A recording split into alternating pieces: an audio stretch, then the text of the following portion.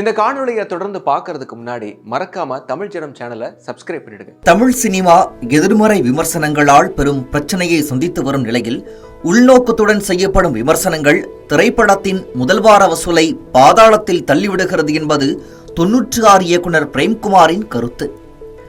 எதிர்மறை விமர்சனங்களால் வசூல் ரீதியாக பாதிக்கப்பட்ட படங்களில் கார்த்தி நடிப்பில் வெளியான மெய்யழகன் திரைப்படமும் ஒன்று. சொந்த ஊர் உறவுகள் பற்றிய திகட்டாத நினைவுகளை ரசிகர்களிடம் கொண்டு சேர்த்த இப்படம் OTTயில் பெரும் வரவேற்பை பெற்றது.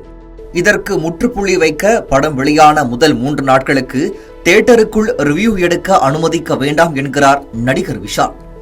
சென்னையில் ரெட் ஃப்ளவர் இசை வெளியீட்டு விழாவில் பங்கேற்று பேசிய விஷால், இனிமேல் புதிய திரைப்படங்கள் தியேட்டரில் வெளியாகும் போது முதல் 3 நாட்களுக்கு மட்டும் பப்ளிக் ரிவ்யூ எடுக்க தியேட்டருக்குள் யாரையும் அனுமதிக்க வேண்டாம் என்று தனது ஆதங்கத்தை பதிவு செய்தார்.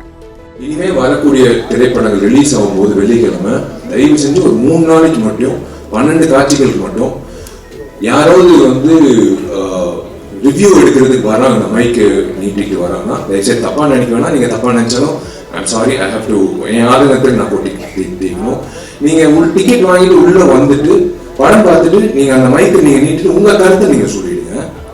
ஆனா தயவு செஞ்சு அவங்கள ஒரு 3 days மட்டும் வெளியில தப்பா நினைக்க வேணாம். உள்ளார பிரமிசஸ் இல்லாம வெளியில அவங்க வண்டி வாகனத்துல ஏறி வெளியில போகும்போது நீங்க அவங்கள போய் நீங்க வெளியில கேட்டுக்கோங்க அவங்களோட ரிவ்யூ.